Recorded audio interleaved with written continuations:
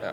Steve, what about it again today, but would you have liked to have seen, I guess, a few bigger partnerships around you to obviously get a bigger first innings tally? Yeah, it would have been nice, but yeah, it wasn't to be. The England bowlers bowled pretty well. There was a bit in it sort of all day, seam or swing.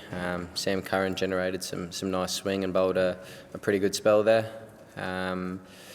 But yeah, unfortunate that we weren't able to put together, at least sort of one more good partnership to get ourselves up a bit nearer the tally. Yeah, it wasn't to be.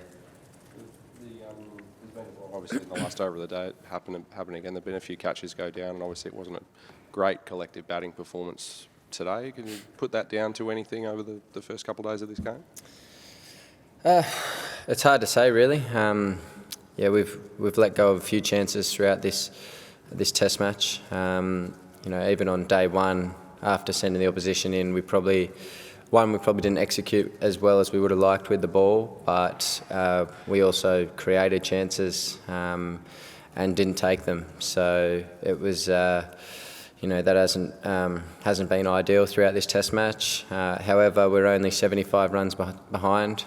Teams have come back and won from this margin before, and we created another opportunity tonight, and I think it's going to be pivotal for us to bowl really well with the new ball first thing in the morning.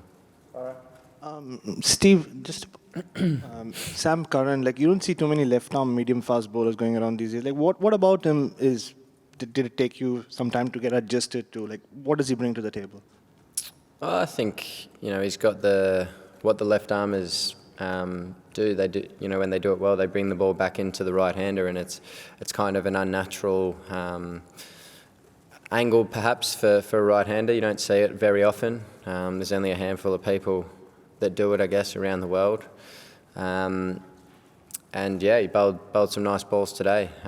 Used the swing when he had it and sort of held it the other way and let it go across you. But as a right-hander, that one's always there, the possibility of bringing it back. So I thought he bowled pretty well. Got some rewards.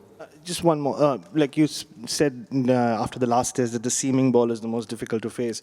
But have you got your head around why so many batsmen this era struggle against the swinging ball as well, just the moving ball? Do they? Yeah, they seem to struggle a lot against the swinging ball as well. Okay. I don't know. I guess the ball moving, it's always harder than when the ball's going straight. So possibly that's a reason. Fair enough. Rory, Ian, Sam, Rob.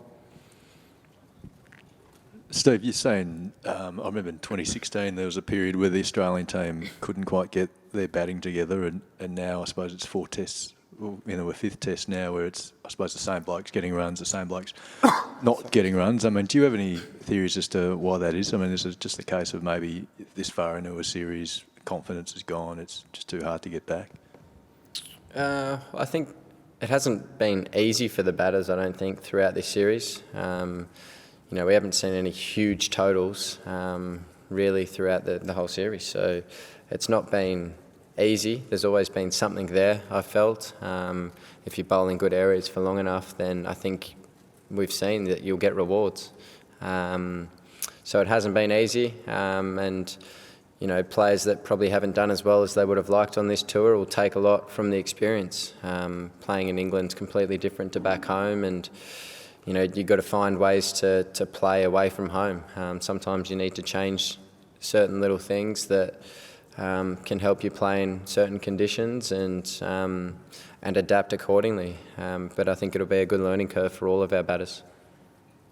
Steve, for David Warner's dismissal, there seemed to be some suggestions that maybe he didn't actually touch the ball despite the ultra edge technology saying that he did. Do players kind of have confidence in the ultra edge technology? Well, I think it's anything you've got there that can help umpires ultimately get the right decision. That I think that's beneficial.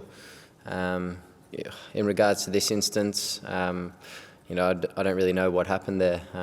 It looked from the eye that there was a little bit of a gap between bat and ball, but the spike comes up and that's it. So it was unfortunate, but yeah, it is what it is.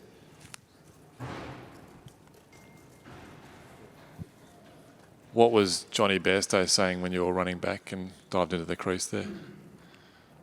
He got me there, didn't he? Ugh, dirty my clothes. He didn't say anything, I don't think, but he got me. I didn't know where the ball was, and bloody thing, faked it. He got me. I don't know what else to say. How about your innings today across the six this series? Was that where does that rank in sort of fluency and how you felt out there? No, I felt pretty good at the crease. Been struggling a bit today. Actually, I got a bit of a flu, but was loading up on the Codral cold and flus throughout the day, and just tried to stay as focused as I could be throughout the day. Unfortunately, couldn't bat with the tail for as long as I would have liked. But it was a nice little partnership with Pete and Nathan. Would have been good if I could have stayed out there for a bit longer and done something similar to what Joss did, I think, for their tail, with their tail, get the tally up to almost, the runs a bit closer together. But I felt pretty good again today. Unfortunately missed out on 3 figures again. How cooked are Josh and Pat after a big workload in that 4th test, a short break, and now bowling a couple of days? And how confident are you that they can dig deep for this final innings? I have no idea how cooked they are. I haven't asked them, but it's always tough backing up. There's no doubt about that when you're a fast bowler, and us batters haven't given them enough time rest, unfortunately. But Ashes cricket, you've got to keep digging deep, and I think everyone said it before this game. We didn't come here to retain the Ashes. We came here to try and win them. So everyone's got to dig deep and give a little bit more. And when you feel like that's enough, you've got to give a bit more and just keep coming. So the boys will do that tomorrow, no doubt. So Laurel, last one, Paul. Steve, there's a lot of public talk about your batting and what records you're going to break. You're obviously clearly the best batsman consistently on the Australian side. How does that level or weight of expectation, both within the team and publicly, sit with you? Is it frustrating or are you comfortable with it? I guess it's probably a question to ask people within the team. I don't really know. I just sort of do my thing. And what people say it doesn't really bother me. It's just each time I go out to the middle, I love batting and I just want to bat and score runs and help out the team. People can say whatever they like, nice things, bad things, whatever. It really doesn't bother me. It's just about going out there and just doing my thing and that's scoring runs and hopefully helping Australia win as many games of cricket as I can.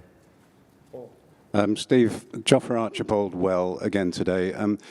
How much have you enjoyed your duel with him in this series, and do you think you'll look back on this series as the start of a potentially great batsman-bowler rivalry? Who knows? When's the next Ashes series? I don't even know. Will I still be playing? I'm not sure. Who knows the answer to that? We'll see. But look, he's a quality performer. We've seen him come out and he's got 2 fifers in 4 test matches. I think that's correct. And you don't get guys bowling 90 miles an hour growing on trees. So, and with a skill set like he's got, so he's a terrific bowler, and there's no doubt that he'll gain a lot of confidence from his first test series. Being an Ashes series, they're always huge, as we know. And of course, he's got a very bright future.